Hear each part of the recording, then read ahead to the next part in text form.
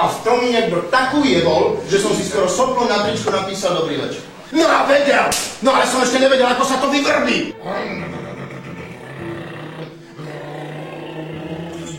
Nastal Gabčíkovo nadváž.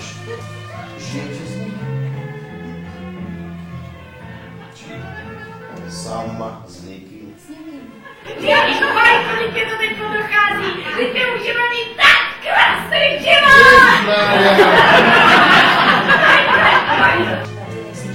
Ty jsi smrt.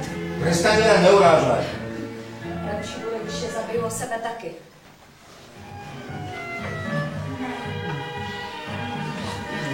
Thank